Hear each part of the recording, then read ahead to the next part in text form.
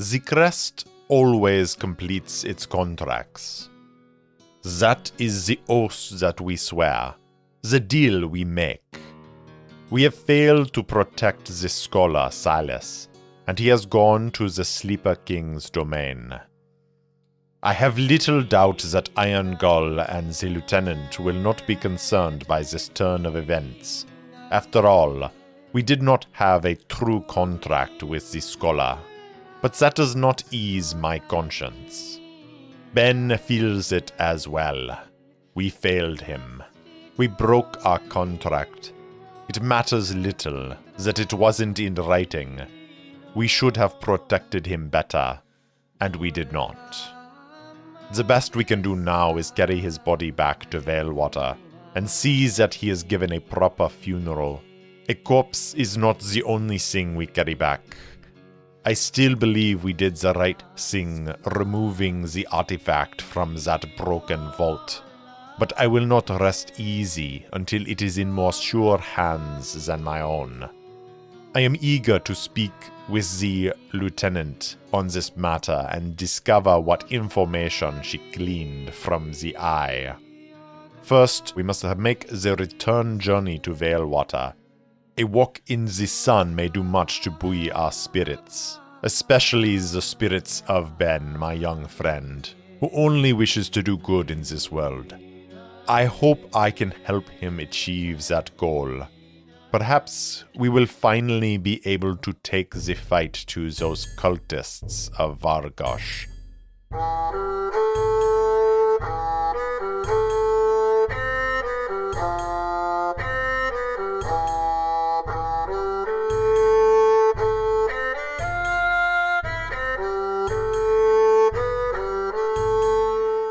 Welcome back for another episode of Errant Adventures. As always, I'm your game master and solo player, Steve Morrison.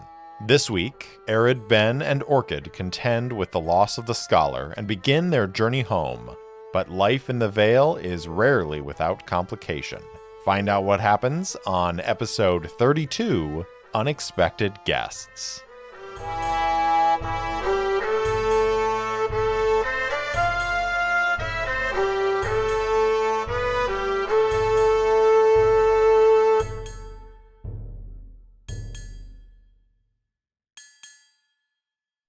The soldiers of the Crest and Silas Wilberforce made their way into the vault at the heart of the Elfheim ruin.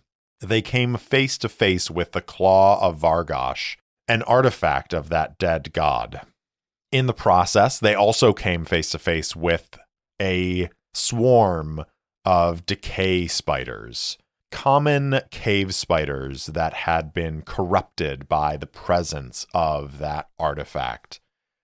They fought and ultimately triumphed over those decay spiders, though not before the scholar was mortally wounded by them.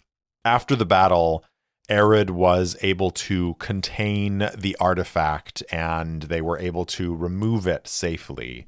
They also carried the body of Silas Wilberforce out of the ruin, and when they emerged into the open air, it was night.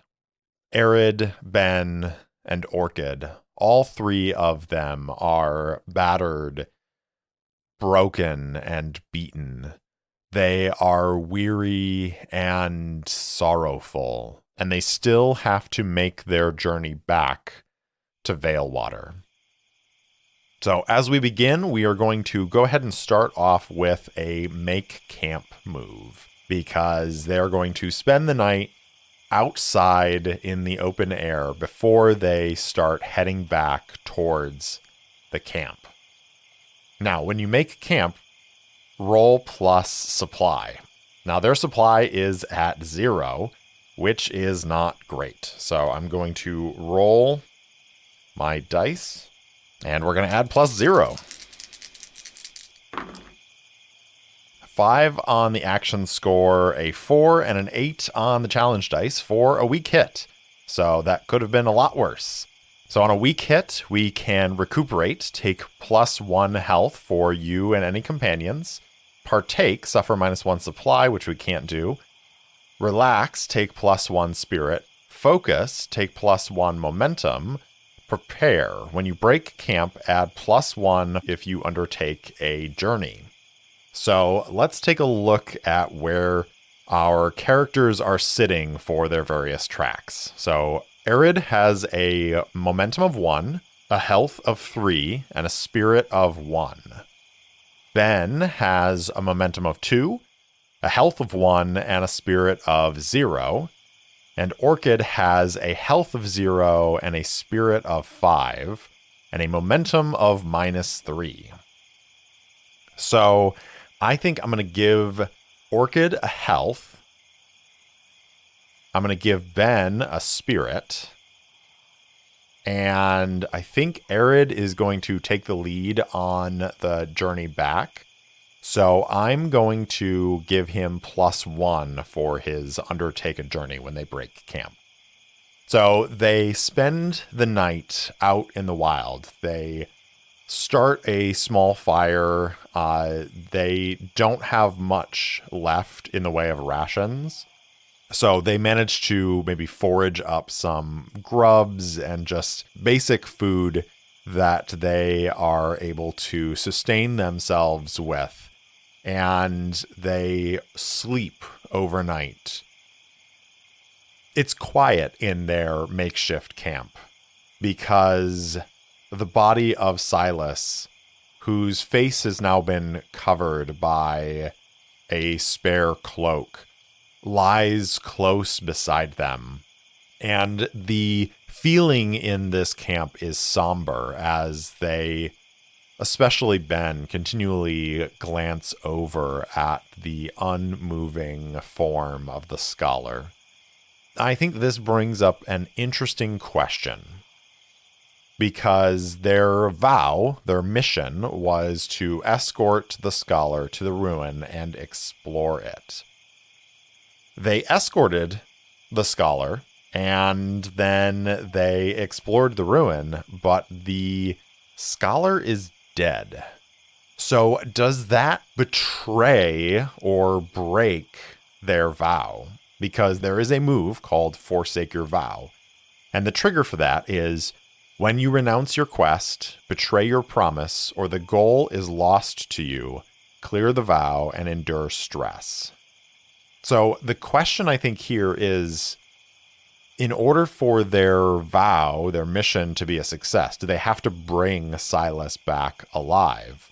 Or has the mission changed for them? Is the mission about gaining information about Vargosh, in which case they are still on track to complete their mission?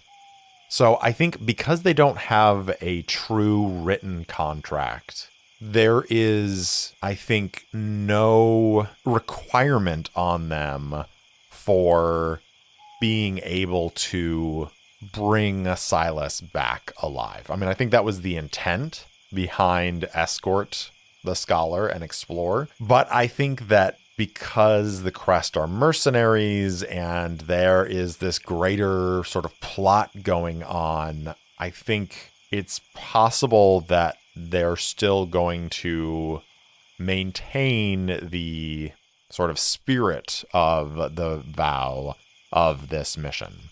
So I'm actually going to ask the Oracle, and I'm going to say it's 50-50. So because Silas died, must they renounce and forsake the vow?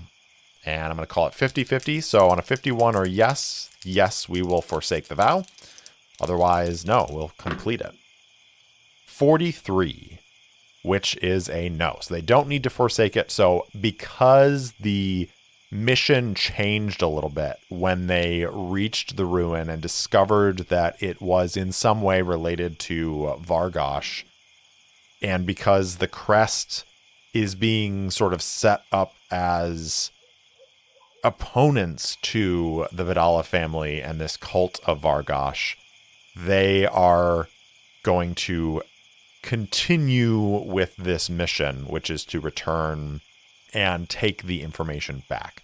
And I think The only reason that this is really important is that when we return to Valewater and we fulfill this vow, rolling to fulfill the vow means that we could get an extra benefit. That might be more information, or it could be a bigger complication depending on how that roll goes. Whereas if we just forsook the vow right here, there's going to be some stress involved, and then that's basically the end of our adventure with this, because they would have to just travel back to Valewater and then it would be over. So I think there's still a little bit left to do in this mission, and that's to return to Valewater. So in the morning, they are going to get up and begin making their way back. So we're going to do another journey. And once again, it is going to be a troublesome journey.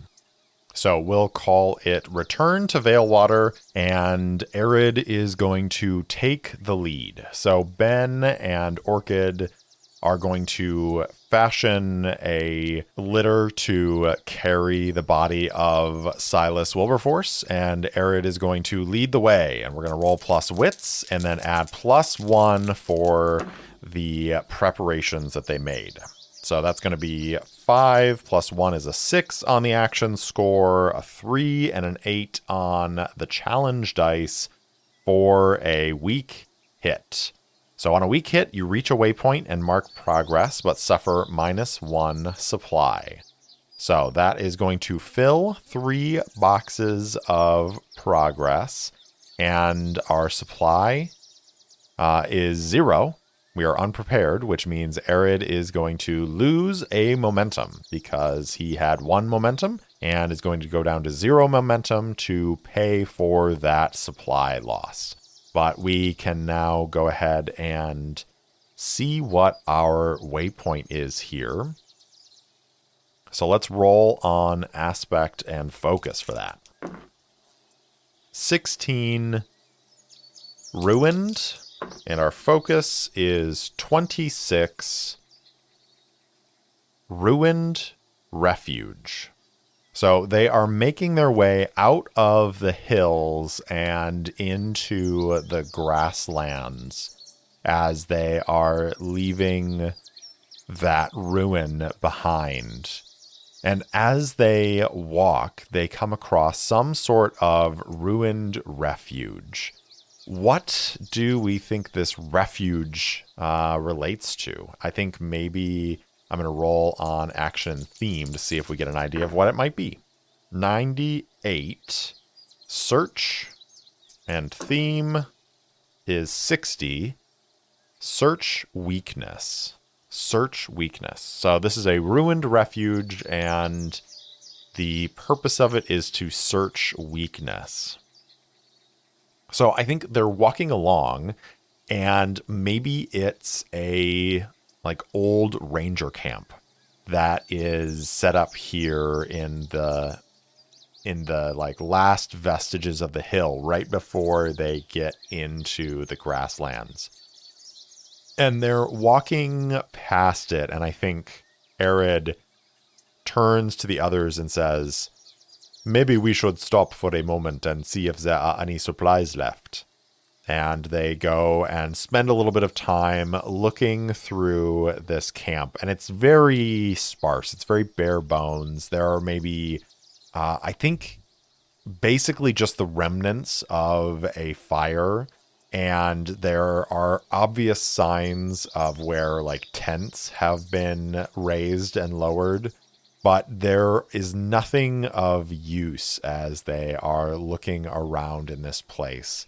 And Arid, I think, says, "I wonder what this was used for." And Ben, looking around at it, says, "It looks like a ranger camp to me. The wardens of the mountains who protect the Vale and make sure that no enemies approach us from land.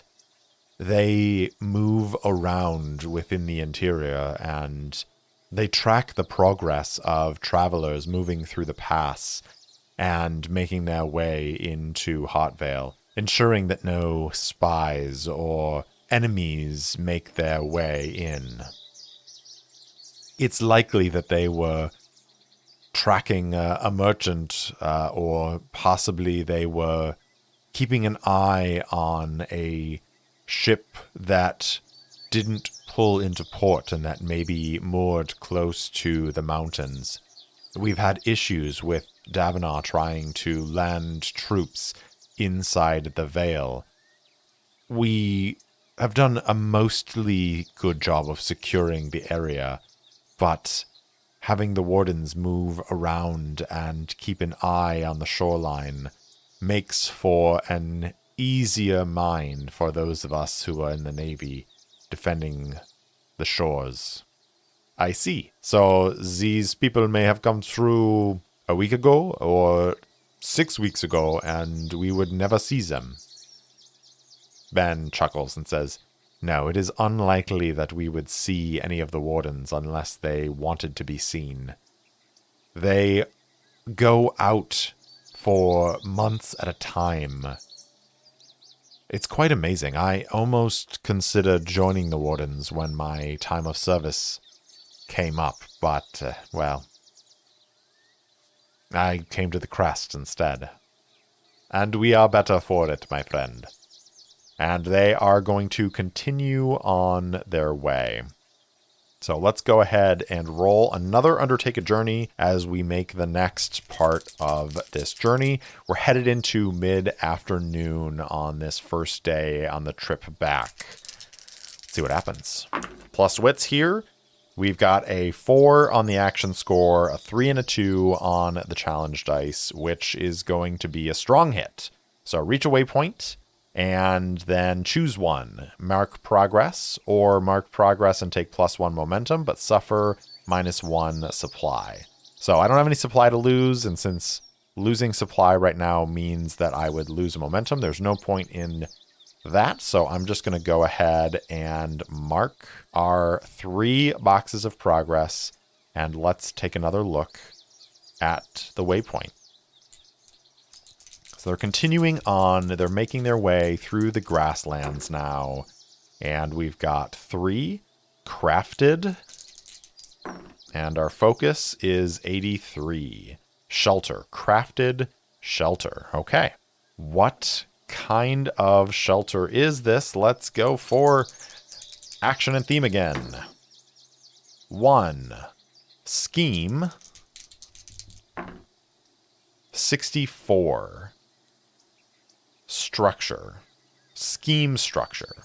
So they're going a different way than the way they came back. And I think maybe that's because there's a little bit of a path that they ignored the first time out because there were 4 of them walking. But as they're walking back, carrying the body of Silas Wilberforce, they are following this trail, this walking trail that's a little easier to traverse than just cutting straight through the grassland. And so they're sort of wending their way around a different direction than the way that they came from Valewater.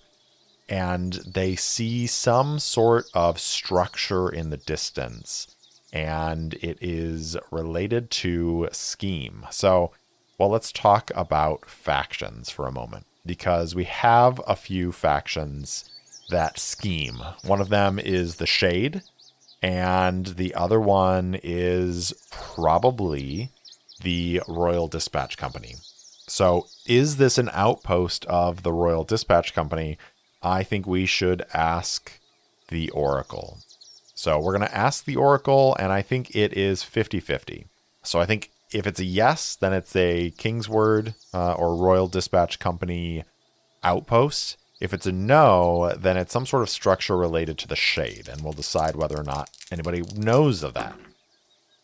79 is a yes. So yes, it is related to the Royal Dispatch Company. So it's closer to one of the roads. And if I'm looking at my little graphic here, maybe that's why it's on this sort of footpath, because there's no true road over here But there are footpaths that lead around through this part of the Vale.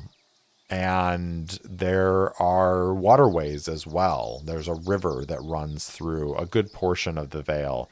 And so there's probably a footpath that leads from the river along to Valewater, and that's why it's a little bit more trod. It's not a true road, but it is more commonly trod by travelers. And so this Kingsword way station is it an inn? Like, is it just some sort of small inn, or is it just a like riding post where they have a few horses and somebody who's trying to reach the Vale in a hurry? Maybe they've come through the rivers and they are going to catch a horse and make the rest of their way to Valewater and then on to Heartvale. Let's roll on the location descriptor table and see what that gives us. 77. Flooded. Okay, so maybe it is close to the river. So this makes sense. So there's a river that runs through the forest towards Valewater. And as they're walking along, they're getting towards night.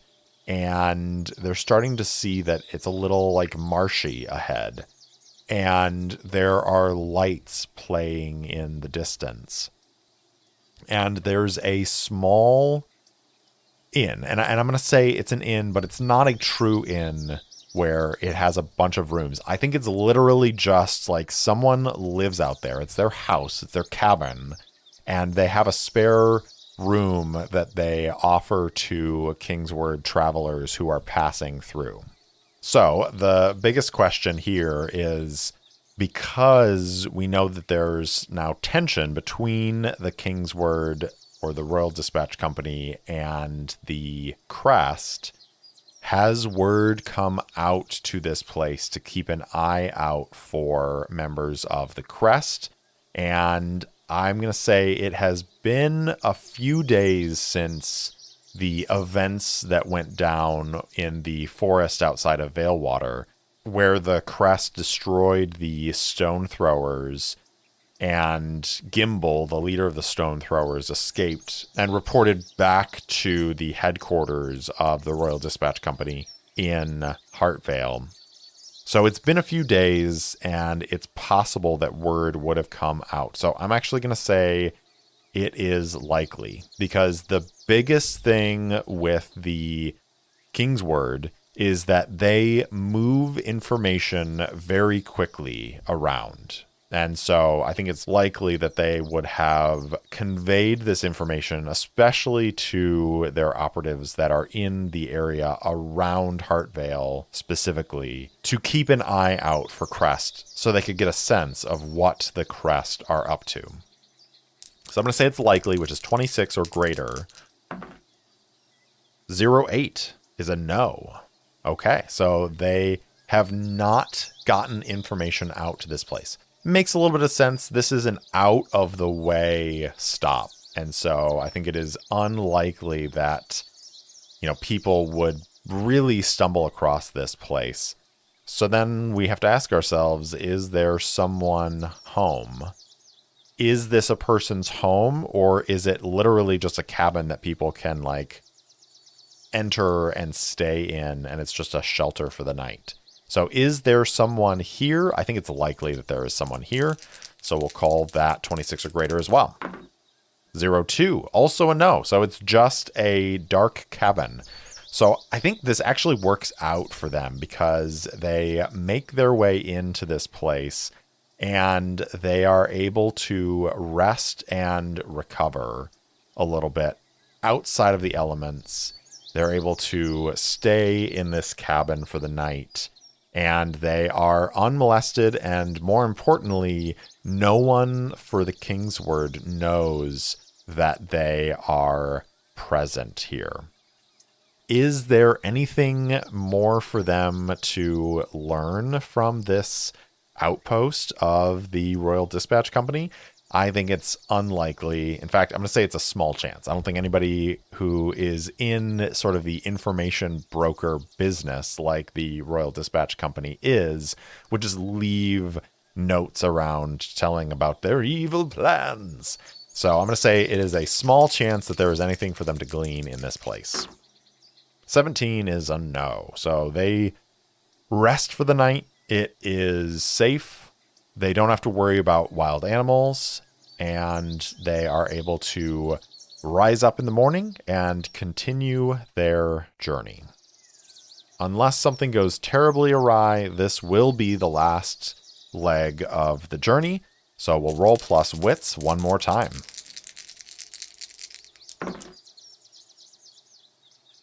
A 9 on the action score and 2 9s on the challenge dice for a miss with a complication.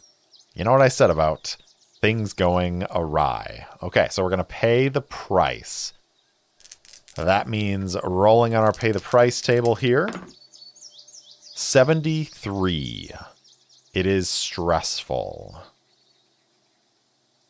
Okay, so it is stressful, which means we're going to suffer stress, but it's also complicating. So let's get a sense of what waylays them as they're coming out of this camp. Let's roll on action and theme. 54 is move, and 95, move warning. Move warning. Oh, you know what? I mean, they're basically squatting on Kingsword land in a place that is reserved for members of the Royal Dispatch Company. And I think that that complication is probably that someone shows up, and maybe a couple someones. And because this was a complication, and it was a double 9 complication, which is almost as bad as it can get. I mean, double 10s would have been the worst. I think I got to ask the fate chart, is Gimbal in this party that shows up? Because if he is, I think Ben at least is going to recognize him, and there could be a fight that breaks out of this. Could be very stressful. I think it's unlikely that Gimbal is going to be with this group of Kingsword operatives that show up at this camp. But unlikely is not a no. So 76 or greater. 16. No, he's not with them. Okay, so it's just a small group of Kingsword operatives. Maybe they are headed to Valewater, and that's why they don't know about the Crest as potential enemies of the Royal Dispatch Company. And so I think one of them is going to be sort of the leader here. So I think they're packing up, getting ready to leave this cabin when the door swings open, and let's roll a d6. 1 to 3 will be male, 4 to 6 will be female, 4. So this woman kicks in the door, doesn't really kick in the door, but opens the door aggressively, not expecting there to be anyone staying inside. And 33. Mila. Perfect. So I'm going to roll on disposition for Mila and see what her disposition is when she opens the door and finds them inside. 98 hostile. Just straight up hostile. Okay. This is why it's stressful and a complication. So the door swings open and this woman is standing in the doorway. I think that she is 66. Artistic. Okay. So the Kingsword operatives are very different depending on each one.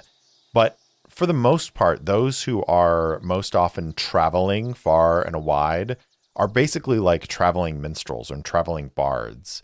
So when the door swings open, Ben and Arid and Orchid look over and they see this woman who is probably in her like late 20s with short-cut hair, and her clothing is well-worn. It's very clearly traveling clothes, but she has a number of small buttons and beads and various other things that are sort of woven into her clothing. And she stares at them for a brief moment, and then she goes, "Who are you? No one's supposed to be occupying this site. Who are you? What are your names? What part of the organization are you?" And almost immediately her hand goes to a sword at her hip. And I think Arid slowly stands up and has his hands upraised, and he says, "There is no need for concern. We were just sleeping here overnight so we could get out of the elements. We are not here to steal or harm anyone." And she looks at Arid, Ben, Orchid, and then at the very clearly dead body that's lying next to them. And she says, "Yeah, tell it to that guy," and starts to draw her sword. There's another voice outside that says, "Who you talking to, Mila?" And she says, "There are people squatting in our cabin." And another Kingsword operative appears in the doorway behind her. He is a little bit older, burly, with a thick beard, and his skin is almost obsidian. And he says, "Who are you?" And I think Ben, under his breath, says, "Arid, be careful. They're Kingswood." Arid slowly nods and says, "We are but humble travelers, making our way to Valewater, and we came upon this cabin and saw that it was unoccupied. So we let ourselves in and rested for the night. I'm sure if this is your cabin, you can look around and see that there is nothing missing. We did not take anything. We had our own supplies, not that there were any supplies here to steal, and we simply used it for shelter from the elements, like I said. There's no reason for us to draw blades over such a misunderstanding." And I think he's going to attempt to compel. This is definitely charming, pacifying, so we're going to roll plus heart on this. And he's not getting any help from any of his friends. I think Ben is ready to jump into action. Orchid has their hand on Bone Eater just in case. So we're going to roll +2 on this. 4 on the action score, a 4 and a 2 on the challenge dice for a weak hit. So on a weak hit, they are going to do what you want or share what they know. And I think in this case, do what you want is Arid does not want this to escalate into a fight. But because it was a weak hit, they are going to ask something of us in return. Envision what they want. Ooh, okay. Let's ask action and theme. 52, serve, and 5. Serve battle. Oh, no.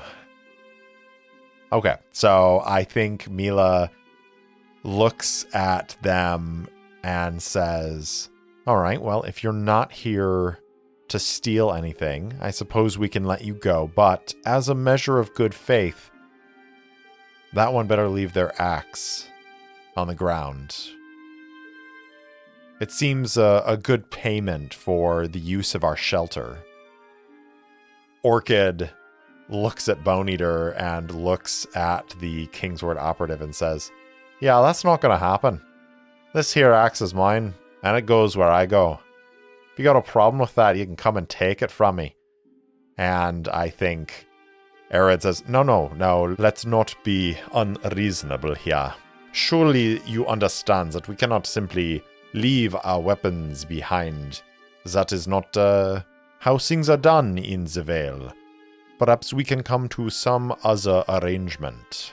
Can this Kingsword operative be persuaded to something else? I think it is unlikely. Because they're hostile, I'm even going to say it's a small chance. So, 91 or greater. 42 is a no. So Mila, like, slowly draws the sword and then says, no, I'm afraid not. I'm going to be having that axe. And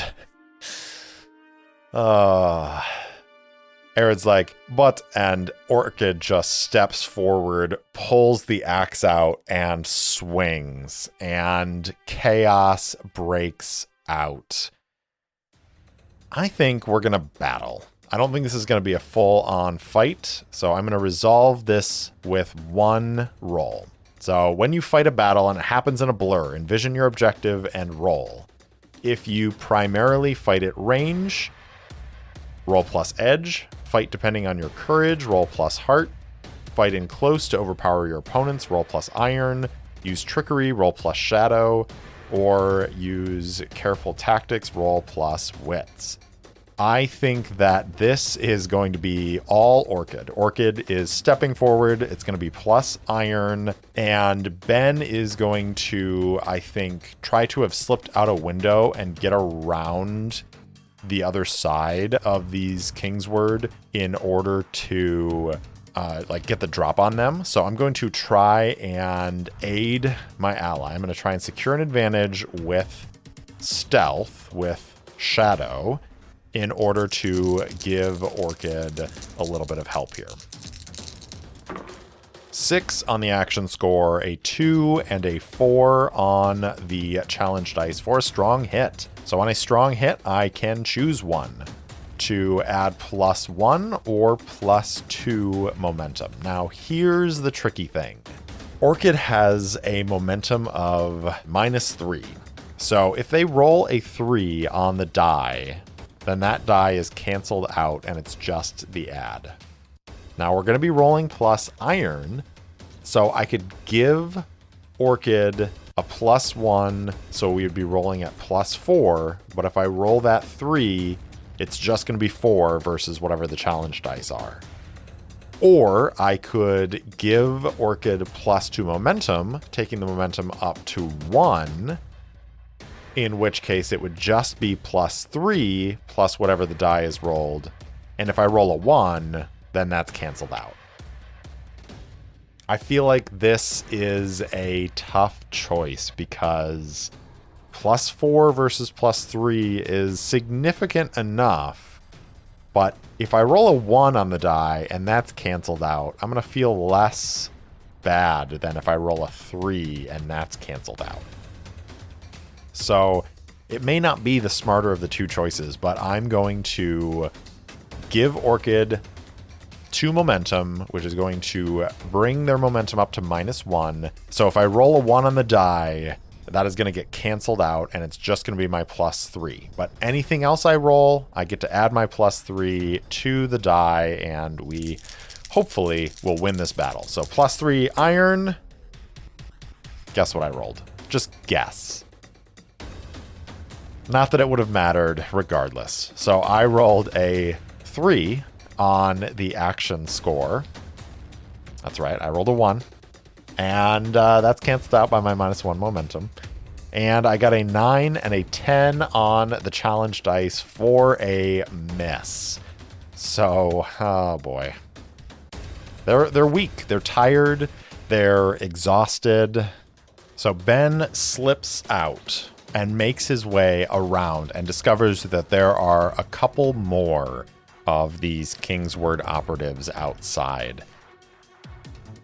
He has immediate second thoughts about this situation and instantly hears Orchid calling out inside that they're not going to surrender their axe, and hears Mila reiterate the exchange, and then hears the sudden scuffle of Orchid charging forward. I think Ben tries to slip up behind one, does so, and like knocks him across the back of the head with the pommel of his sword, and that guy goes down in a crumple.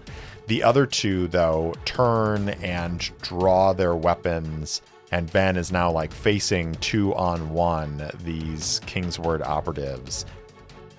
Mila and the other Kingsword react so quickly as if they were expecting to be attacked. And as Orchid charges forward with the axe, Mila draws her blade and ducks under the swing and just slices across Orchid's abdomen. The Pharamorchian goes down to a knee as blood begins to spurt out. Arid is going, no fighting, please, we do not have to do this. And his pleas are unheard as the other Kingsword steps up and knees Orchid in the face, and the Pharamorchian's eyes roll back as they hit the ground unconscious. I think that Ben outside, seeing that he is outmatched, is going to try and escape and try to make his way away from this situation that's happening. But we have to pay the price, because we got to figure out what this price is going to be. 10. You are separated from something or someone. Perfect. Okay, so I think that means that Ben escapes. He gets away, but Orchid and Arid are not so fortunate. So the question is, and this is a very, very important question, are these Kingsword operatives likely to just kill Arid and Orchid? I'm going to say that it is a small chance. I feel like they are not bloodthirsty mercenaries. The Kingsword operatives, especially since they don't know anything about what's going on in the city and the potential enmity with the Crest, aren't really looking to kill. They're simply looking to stop them and maybe get some recompense for the offense of having used their cabin overnight. So I'm going to say it's a small chance that these Kingsword are out for blood. 91 or greater is a yes. Ooh, okay, 43. So no, they are not out for blood. So Orchid goes down with a crumple. Arid just has his hands raised and says, I will not resist. I am not going to try and fight you. I do not want any bloodshed. I can explain everything. If we could all just calm down, please. And then the other two outside come rushing in with their blades drawn. And Mila, I think, says, where's the other one? There were 3 in here. And one of the guys that rushes in from outside says, oh, he knocked Aduk in the head and then took off into the woods. Arid just sort of shakes his head a little bit and says, you will never catch him. He is an experienced woodsman and knows this land like the back of your hand. But please, we do not need to fight here. I am not your enemy.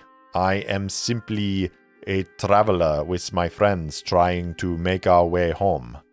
Mila, I think, turns and raises the blade to his neck and says, then why did your friend attack us? Arid says, they are very attached to their axe. They have named it and everything. Please, it would be a terrible shame if we all lost friends and blood over such a misunderstanding. And then Mila, still holding the sword on him, looks down at the dead body and says, and I'm sure you can explain that too. And Arid says, yes, I can explain that. He was a scholar from the scriptorium in Hartvale. We were escorting him to a ruin not far from here. about a day's walk. And unfortunately, the ruin was occupied, and we were overwhelmed. He did not make it out. The rest of us were lucky to. That is also why we are a little touchy. We are mourning our friend, and we barely escaped with our lives. Mila looks at the other Kingsword operative, who says, "All right, lower the weapon, Mila." He has a look of truth in his eyes. You sit down. Bring his friend over there, too. You two, go check the perimeter. Make sure that other one isn't circling around. Now, we're going to have a little conversation, you and I. He drags over the chair and settles down in it, scratching at his beard, and he looks at Arid and says, "All right, you and I are going to have a conversation." Arid says, "But of course, that is all I ever wanted. We did not have to resort to violence. I am simply trying to get home.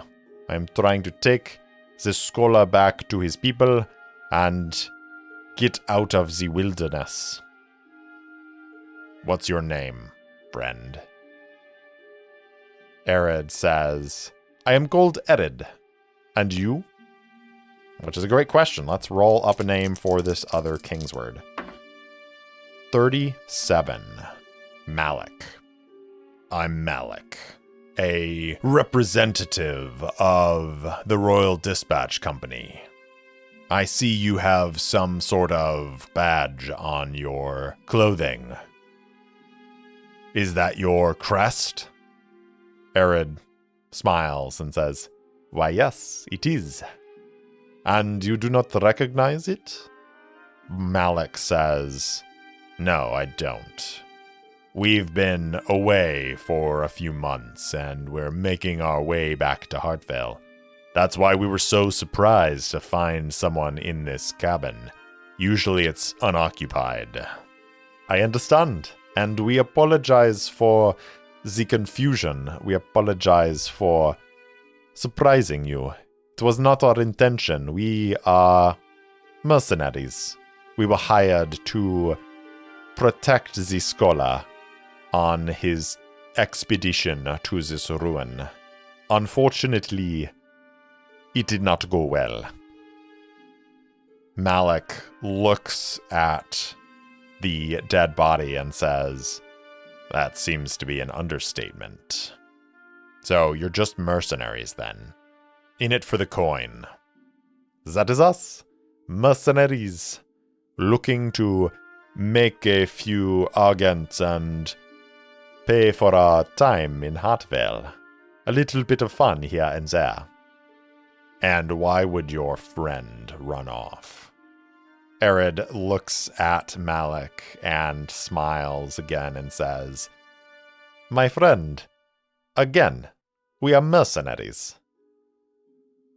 He did not know if you were going to slit our throats or what you were going to do. So he simply did what is best for him. It is, after all, the mercenary way, is it not?" Malik studies him, and I'm actually going to make another compel move, this time with Shadow, because Arid is kind of telling the truth, but he's also lying in the sort of like material aspect of what is happening here, because clearly that's not why Ben would abandon them. So Arid is rolling at +1 on this compel because his shadow is +1. 3 on the action die, a 6 and a 7 on the challenge dice for another miss. So I think the pay the price here is clear. Malik looks at him and says, "I don't know exactly what you're lying about or why, but I don't like it.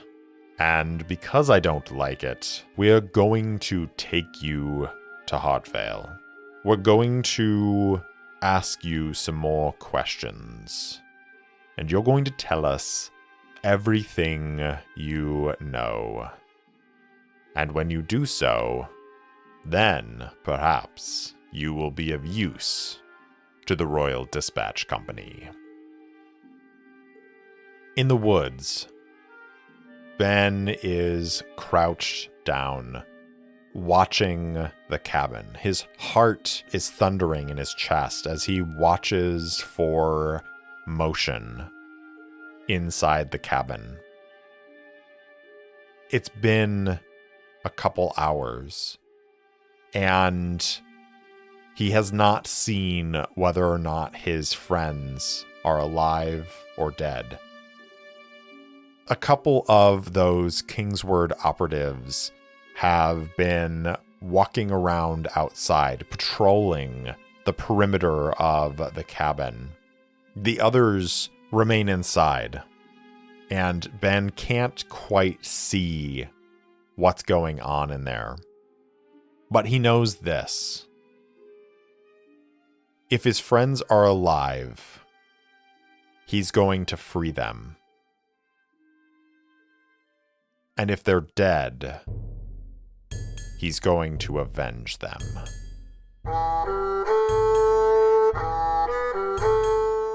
Thanks for listening to Errant Adventures, and thank you so much to Syrinscape for the lovely ambient sounds and music throughout the episode.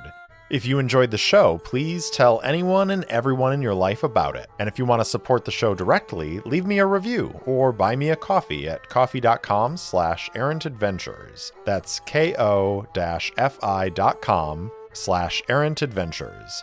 If you want to interact with me, my handle on Instagram and Twitter is @errantsolopod, or you can email me at errantsolopod@gmail.com.